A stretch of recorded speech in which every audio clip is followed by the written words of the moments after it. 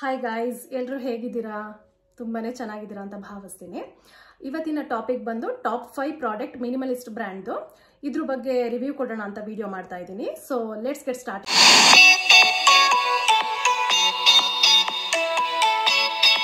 ಯಾರು first time skin care routine start ಮಾಡಬೇಕು ಅನ್ಕೊಂಡಿದ್ದೀರಾ ಅಂಥವ್ರು ಅಫೋರ್ಡೆಬಲ್ ಪ್ರೈಸಲ್ಲಿ ಫೇಸ್ ವಾಶ್ ಏನಾದರೂ ಹುಡುಕ್ತಿದ್ರೆ ಈ ಮಿನಿಮಲಿಸ್ಟ್ ಪ್ರಾಡಕ್ಟ್ಸ್ ಒಂದು ಗುಡ್ ಬ್ರ್ಯಾಂಡ್ ಅಂತಾನೆ ಹೇಳ್ಬೋದು. First product Minimalist face wash.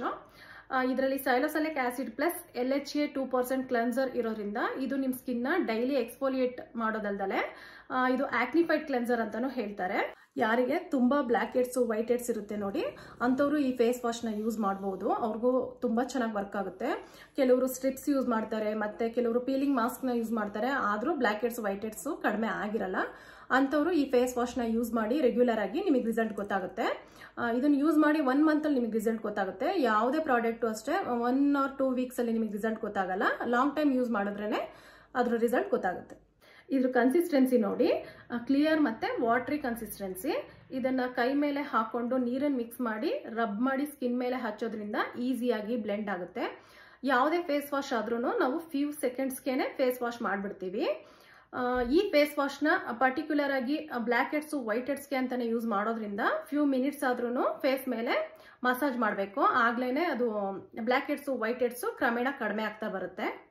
Next product ಬಂದು ಮಾಯಿಶ್ಚರೈಸರ್. ಈ ಮಾಯಿಶ್ಚರೈಸರ್ ನ ಆಯಿಲಿ ಮತ್ತೆ ಡ್ರೈ ಸ್ಕಿನ್ ಇಬ್ರು ಯೂಸ್ ಮಾಡಬಹುದು. ನನ್ನ ಸ್ಕಿನ್ ಬಂದು ಆಯಿಲಿ, ನಂದು ಕೆಲವೊಂದ್ಸಲ ಆಯಿಲಿ ಸ್ಕಿನ್ ಆಗಿರುತ್ತೆ, ಮತ್ತೆ ಕೆಲವೊಂದ್ಸಲ ಡ್ರೈ ಸ್ಕಿನ್ ಆಗಿರುತ್ತೆ. ಈ 2 ಸ್ಕಿನ್ಗೂ ನಾನು ಇದೇ ಮಾಯಿಶ್ಚರೈಸರ್ ನ ಯೂಸ್ ಮಾಡ್ತೀನಿ. ಈ ವಿಂಟರ್ ವೆದರಿಗಂತೂ ಪ್ರತಿಯೊಬ್ಬರಿಗೂ ಈ ಮಾಯಿಶ್ಚರೈಸರ್ ಬೇಕೇ ಬೇಕು. ಕೆಲವೊಂದು ಪ್ರಾಡಕ್ಟ್ ನ ಜಡ್ಜ್ ಮಾಡೋಕ್ಕಿಂತ ಮೊದಲು ನಾವು ಅದ್ರ ರೇಟ್ ಎಷ್ಟಿದೆ, ಅದ್ರ ರೇಟಿಗೆ ತಕ್ಕಂಗೆ ಅದರಲ್ಲಿ ಕ್ವಾಂಟಿಟಿ ಇದೆಯಾ, ಮತ್ತೆ ಅದ್ರ ಕ್ವಾಲಿಟಿ ಹೇಗಿದೆ, ಮತ್ತೆ ಇದ್ರ ರಿಸಲ್ಟ್ ಯಾವ ತರ ಇದೆ, ಇದನ್ನೆಲ್ಲ ಚೆಕ್ ಮಾಡ್ತೀವಿ. ನಾನು ಇದೆಲ್ಲ ಪ್ಯಾರಾಮೀಟರ್ಸ್ ನೋಡಿ ಈ ಪ್ರಾಡಕ್ಟ್ಗೆ 10 on 10 ಕೊಡ್ತೀನಿ.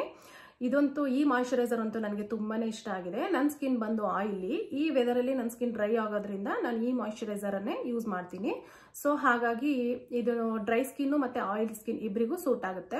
ಈ ಮಾಯಿಶ್ಚರೈಸರ್ ಗ್ರೇಟ್ ಪ್ರಾಡಕ್ಟ್ ಅಂತಾನೆ ಹೇಳ್ಬಹುದು. ಯಾಕೆ ಅಂದ್ರೆ ಇದು ನಮ್ಮ ಸ್ಕಿನ್ ನ ಹೈಡ್ರೇಟ್ ಆಗಿ ಇಡೋದಲ್ಲದೆ ಇದ್ರ ಜೊತೆಗೆ ಸೆರಮೈಡ್ ಇನ್ಕ್ಲೂಡ್ ಆಗಿರೋದ್ರಿಂದ ಆಂಟಿ ಏಜಿಂಗ್ ಕ್ರೀಮ್ ತರನು ಕೆಲಸ ಮಾಡುತ್ತೆ.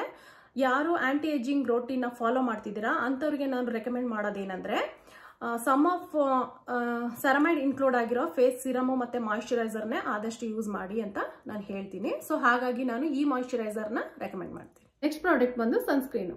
ಈ ಸನ್ಸ್ಕ್ರೀನ್ ಅಲ್ಲಿ SPF 54+ ಇರೋದ್ರಿಂದ ನಮ್ಮ ಸ್ಕಿನ್ ನ ಸನ್ ಡ್ಯಾಮೇಜ್ ಇಂದ ಪ್ರೊಟೆಕ್ಟ್ ಮಾಡುತ್ತೆ. ಮತ್ತೆ ಇದ್ರ ಟೆಕ್ಸ್ಚರ್ ನೋಡಿ, ಸೋ ಲೈಟ್ ವೇಟು, ನಾನ್ ಗ್ರೇಸಿ, ನಾನ್ ಸ್ಟಿಕ್ಕಿ, ಮತ್ತೆ ಹೆವಿ ಅನ್ಸಲ್ಲ, ಸೋ ಸಾಫ್ಟ್ ಮತ್ತೆ ಸ್ಮೂತ್, ಈಸಿಯಾಗಿ ಬ್ಲೆಂಡ್ ಆಗುತ್ತೆ. ಫೇಸ್ ಮೇಲೆ ಯಾವುದೇ ರೀತಿಯ ವೈಟ್ ಕಾಸ್ಟ್ ಬಿಡೋದಿಲ್ಲ.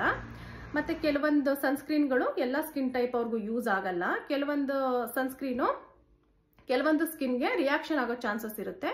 ಸೊ ಈ ಸನ್ಸ್ಕ್ರೀನ್ ಆ ತರ ಇರೋದಿಲ್ಲ, ಎಲ್ಲ ಸ್ಕಿನ್ ಟೈಪ್ ಅವರು ಯೂಸ್ ಮಾಡಬಹುದು, ಡೈಲಿಯಾಗಿ ರೆಗ್ಯುಲರ್ ಆಗಿ ಹಚ್ಕೋಬಹುದು. ನೆಕ್ಸ್ಟ್ ಪ್ರಾಡಕ್ಟ್ ಬಂದು ಟ್ರಾನ್ ಎಕ್ಸಾಮಿಕ್ 3% ಫೇಸ್ ಸಿರಮು. ಇದು 30 ml ಬಾಟಲು.